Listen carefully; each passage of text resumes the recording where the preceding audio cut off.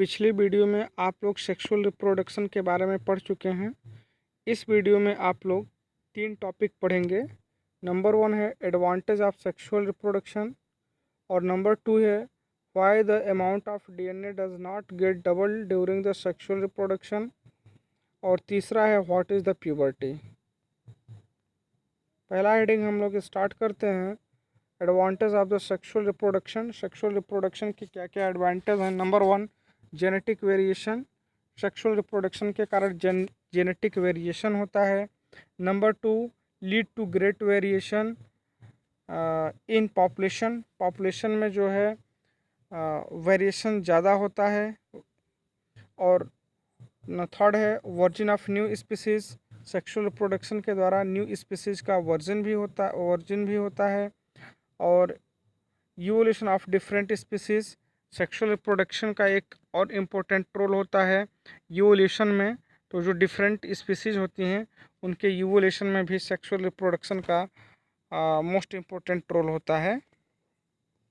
Next slide है why the amount of DNA does not get double during the sexual reproduction. यानी sexual reproduction के समय जो sex cells होते हैं वो हैप्लॉइड क्यों होते हैं, ठीक है, इसके बारे में हम लोग जानेंगे।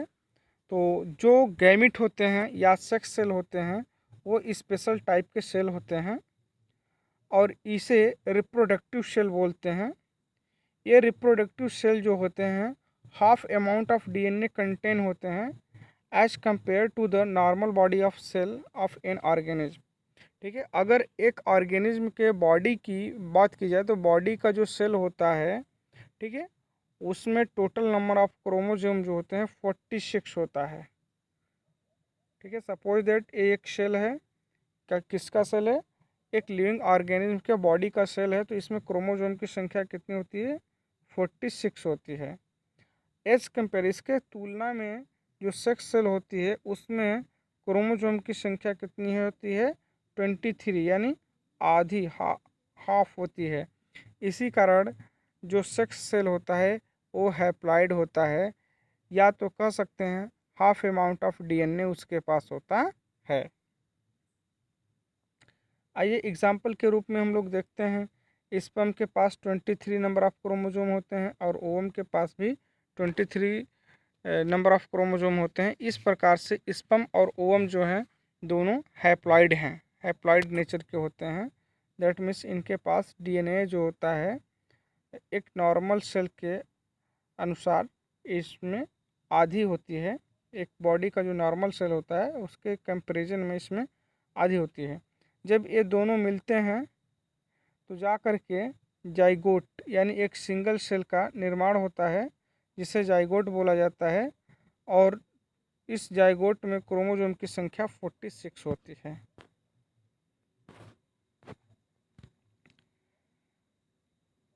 आइए हम लोग फिगर में देखते हैं मेल और फीमेल सेक्स सेल को। तो सबसे पहले मेल सेक्स सेल को देखते हैं। ये स्पर्म है और स्पर्म में सबसे ऊपर एक्रोसोम है। एक्चुअली अगर बात की जाए तो स्पर्म को 3 पार्टों में डिवाइड किया जा सकता है। ठीक है, हेड होता है, नेक होता है और टेल। ठीक है, हेड की बात की जाए तो सब हेड में इनका जो होता है ये एक्रोसोम इंक्लूड होता है। एक्रोसोम जो है स्पर्म के सबसे ऊपर टिप पोर्शन पे पाया जाता है। इसमें डाइजेस्टिव एंजाइम होते हैं, ये आपका एक्रोसोम होता है। और ये क्या करता है कि जो ओवम का मेम्ब्रेन होता है उसे ब्रस्ट करने में हेल्प करता है या डाइजेस्ट करने में हेल्प करता है। दूसरा है हेड, हेड में न्यूक्लियस पाया जाता है। और ये हेड है, हेड में न्यूक्लियस पाया जाता है। और सेकंड पार्ट इसका नेक है। ठीक है, नेक के जस्ट नीचे मिडिल पीस ऑफ टेल दिया गया है। ठीक है, ये जो मिडिल पीस ऑफ टेल होता है इसमें ढेर सारे माइट्रोकांडिया पाए जाते हैं। ये माइट्रोकांडिया एनर्जी प्रोवाइड करता है स्पर्म को। ठीक है, और टेल के माध्यम से ये जो स्पर्म होता है वो मूव करता है। क्लियर। इसके बाद ये फीमेल का जो है सेल है, और ये इसके पास ये न्यूक्लियस है, और ये रेड का जो रेड वाला पार्ट है ये जोना प्लूसिडा है, ठीक है। और इसके बाद ये जो वाइट वाइट सर्कल है, इसमें वाइट वाइट जो सर्कल है ये पेरीवाइटिलिन स्पेस है।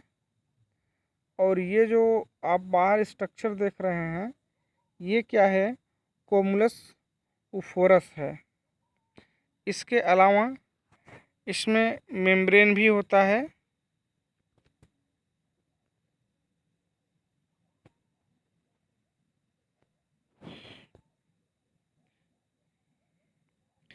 ये प्लाज्मा मेम्ब्रेन है और ये साइटोप्लाज्म है। ये देखिए ये साइटोप्लाज्म हो गया, ये आपका जस्ट बाहर साइटोप्लाज्म के बाहर जो है ये प्लाज्मा मेम्ब्रेन है। नेक्स्ट स्लाइड को हमें जो है कि हम लोग प्यूबर्टी के बारे में जानेंगे कि प्यूबर्टी क्या होता है। तो सबसे पहले यहाँ पे देखते हैं, ये प्यूबर्टी हो गई, the age at which the sex hormones being to be produce and the boy and girl become sexually mature is called puberty, ठीक है। आप ये कह सकते हैं कि ऐसा एज जब बॉयज़ और गर्ल में सेक्स हार्मोन्स रिलीज होते हैं, उसी एज को या उसी एज के टाइम को प्यूबर्टी बोलते हैं, ठीक है। यानी जब प्यूबर्टी होती है तो मेल में स्पर्म का फॉर्मेशन होता है और फीमेल में ओवम का फॉर्मेशन होता है। इसके अलावा प्यूबर्टी के टाइम टेस्टिस से टेस्टोस्टेरोन नामक हार्मोन सिक्रीट होता है और ओवरी से एस्ट्रोजन और प्रोजेस्टेरॉन हार्मोन्स सिक्रीट होता है। आइए अब हम लोग देखते हैं कि प्यूबर्टी के समय बॉयज़ में क्या क्या चेंजेस होते हैं। तो बॉयज़ में जो है वो प्यूबिक रीजन पे हेयर ग्रो कर जाते हैं, ठीक है। और इसके साथ इसके अलावा जो हेयर होता है अदर पार्ट, बॉडी की अदर पार्ट पे भी हेयर ग्रो कर जाते हैं, ठीक है। इसके अलावा जो बॉडी में मसल्स होते हैं, ठीक है, मसल्स जो हैं बढ़ जाते हैं और बॉडी मस्कुलर्स हो जाती हैं। वॉइस इनका डिपेंस होता है, ठीक है, वॉइस इनका डिपेंस होता है। चेस्ट और शोल्डर जो हैं वो ब्रोडेन होने लगते हैं।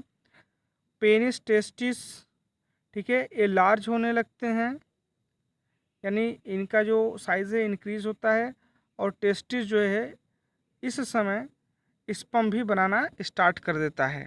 आइए अब फिगर में देखते हैं क्या क्या चेंजेस हैं।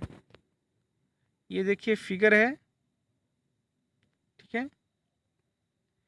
ये जो है प्यूबर्टी के पहले का स्ट्रक्चर है और इसके बाद ये जो स्ट्रक्चर है ये प्यूबर्टी के टाइम का है या प्यूबर्टी के बाद का।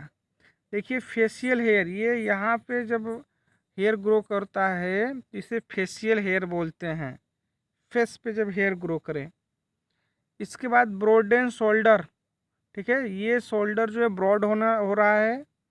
और जो हेयर होता है other part of the body के अदर पार्टों पे भी हेयर ग्रो करता है, तो यहाँ पे भी हेयर ग्रो कर जाता है। इसके बाद ये प्यूबिक रीजन है, ठीक है, जहाँ पे हेयर ये ग्रो किया गया है जेनाइटल एरिया, ये प्यूबिक रीजन है। और जेनाइटल ऑर्गन भी जो है डेवलप होता है, यानी जेनाइटल ऑर्गन की साइज़ भी बढ़ जाती है, ये जेनाइटल ऑर्गन है, ठीक है।